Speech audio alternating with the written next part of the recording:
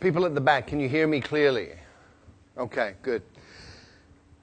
Have you ever held a question in mind for so long that it becomes part of how you think? Maybe even part of who you are as a person? Well, I've had a question in my mind for many, many years, and that is, how can you speed up learning? Now, this is an interesting question because if you speed up learning, you can spend less time at school. And if you learn really fast, you probably wouldn't have to go to school at all. Now, when I was young, school was sort of okay, but I found quite often that school got in the way of learning. So I had this question in mind, how do you learn faster?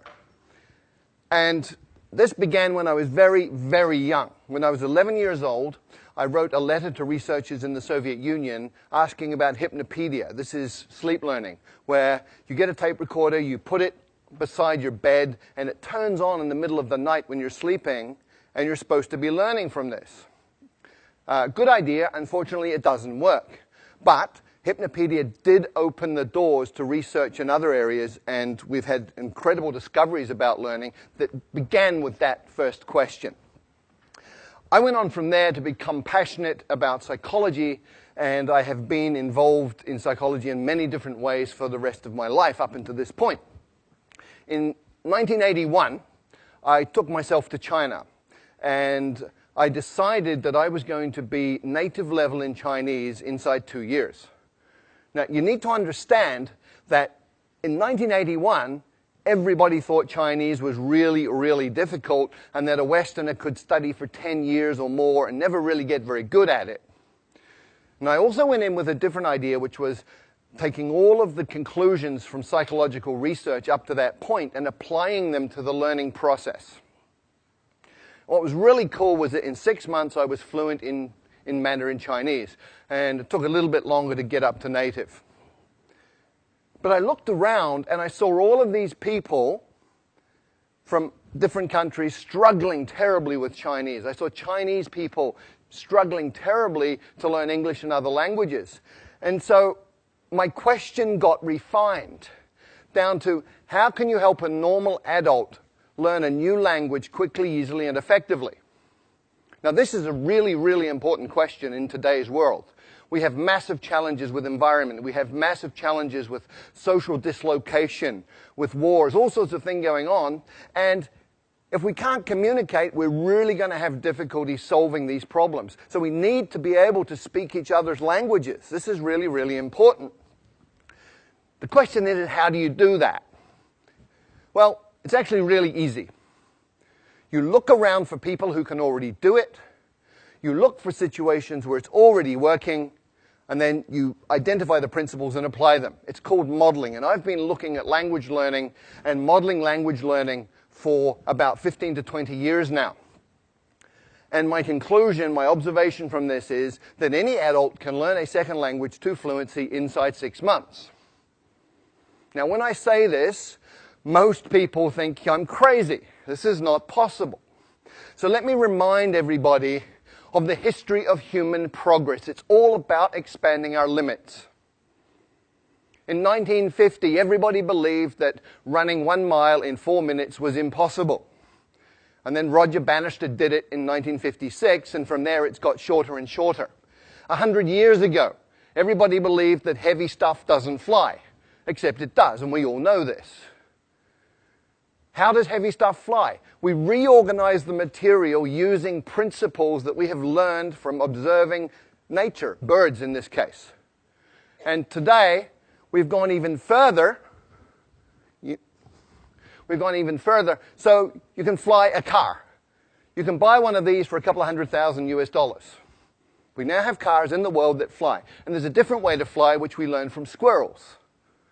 So all you need to do is copy what a flying squirrel does, build a suit called a wingsuit, and off you go. You can fly like a squirrel. Now, most people, a lot of people, I wouldn't say everybody, but a lot of people think they can't draw. However, there are some key principles, 5 principles that you can apply to learning to draw, and you can actually learn to draw in 5 days. So if you draw like this, You learn these principles for 5 days and apply them, and after 5 days you can draw something like this. Now, I know this is true because that was my first drawing, and after 5 days of applying these principles, that was what I was able to do. And I looked at this and I went, wow! So that's how I look like when I'm concentrating so intensely that my brain is exploding. So, anybody can learn to draw in 5 days. And in the same way, with the same logic, anybody can learn a second language in 6 months. How? There are 5 principles and 7 actions. There may be a few more, but these are absolutely core. And before I get into those, I just want to talk about 2 myths. I want to dispel 2 myths. The first is that you need talent. Let me tell you about Zoe. Zoe came from Australia, went to Holland, was trying to learn Dutch, struggling extremely a great deal, and finally, people were saying you're completely useless, you're not talented, give up, you're a waste of time, and she was very, very depressed. And then she came across these 5 principles, she moved to Brazil, and she applied them, and in 6 months she was fluent in Portuguese. So talent doesn't matter. People also think that immersion in a new country is the way to learn a language, but look around Hong Kong. Look at all the Westerners who've been here for 10 years who don't speak a word of Chinese. Look at all the Chinese living in America, Britain, Australia, Canada, who've been there 10, 20 years, and they don't speak any English. Immersion per se does not work. Why? Because a drowning man cannot learn to swim. When you don't speak a language, you're like a baby, and if you drop yourself into a context which is all adults talking about stuff over your head, you won't learn. So, what are the 5 principles that you need to pay attention to? First, there are 4 words. Attention, meaning, relevance, and memory. And these interconnect in very, very important ways, especially when you're talking about learning. Come with me on a journey through a forest. You go on a walk through a forest and you see something like this. Little marks on a tree. Maybe you pay attention, maybe you don't. You go another 50 meters and you see this. You should be paying attention. Another 50 meters, if you haven't been paying attention, you see this. And at this point, you're paying attention. And you've just learned that this is important, it's relevant, because it means this, and anything that is related, any information related to your survival is stuff that you're going to pay attention to, and therefore you're going to remember it. If it's related to your own personal goals, then you're going to pay attention to it. It's relevant, you're going to remember it. So the first rule, first principle for learning a language is focus on language content that is relevant to you, which brings us to tools. We master tools by using tools, and we learn tools the fastest when they're relevant to us. So let me share a story. A keyboard is a tool. Typing Chinese a certain way, there are methods for this, that's a tool. I had a colleague many years ago who went to night school Tuesday night, Thursday night, 2 hours each time, practicing at home. She spent 9 months, and she did not learn to type Chinese. And one night we had a crisis. We had 48 hours to deliver a training manual in Chinese. And she got the job. And I can guarantee you, in 48 hours, she learned to type Chinese because it was relevant, it was meaningful, it was important. She was using a tool to create value. So the second principle for learning a language is to use your language as a tool to communicate right from day one, as a kid does. When I first arrived in China, didn't speak a word of Chinese. And on my second week, I got to take a train ride overnight. I spent 8 hours sitting in the dining car talking to one of the guards on the train. He took an interest in me for some reason. And we just chatted all night in Chinese, and he was drawing pictures and making movements with his hands and facial expressions, and piece by piece by piece, I understood more and more. But what was really cool was 2 weeks later, when people were talking Chinese around me, I was understanding some of this, and I hadn't even made any effort to learn that. What had happened, I'd absorbed it that night on the train, which brings us to the third principle. When you first understand the message, then you will acquire the language unconsciously. And this is really, really well documented now. It's something called comprehensible input. There's 20 or 30 years of research on this. Stephen Krashen, a leader in the field, has published all sorts of these different studies. And this is just from one of them. The purple bars show the scores on different tests for language. The green and the purple people were people who had learned by grammar and formal study. The green ones are the ones who learn by comprehensible input. So, comprehension works. Comprehension is key. And language learning is not about accumulating lots of knowledge. In many, many ways, it's about physiological training. A woman I know from Taiwan did great in English at school. She got A grades all the way through, went through college, A grades, went to the US, and found she couldn't understand what people were saying. And people started asking her, "Are you deaf?" And she was English deaf. Because we have filters in our brain that filter in the sounds that we are familiar with, and they filter out the sounds of languages that we're not. And if you can't hear it, you won't understand it. If you can't understand it, you're not going to learn it. So you actually have to be able to hear these sounds. And there are ways to do that, but it's physiological training. Speaking takes muscle. You've got 43 muscles in your face. You have to coordinate those in a way that you make sounds that other people will understand. If you've ever done a new sport for a couple of days and you know how your body feels, hurts, if your face is hurting, you're doing it right. And the final principle is state, psychophysiological state. If you're sad, angry, worried, upset, you're not going to learn, period. If you're happy, relaxed, in an alpha brain state, curious, you're going to learn really quickly. And very specifically, you need to be tolerant of ambiguity. If you're one of those people who needs to understand 100% every word you're hearing, you will go nuts because you'll be incredibly upset all the time because you're not perfect. If you're comfortable with getting some, not getting some, just paying attention to what you do understand, you're going to be fine, you'll be relaxed, and you'll be learning quickly. So based on those 5 principles, what are the 7 actions that you take? Number 1, listen a lot. I call it brain soaking.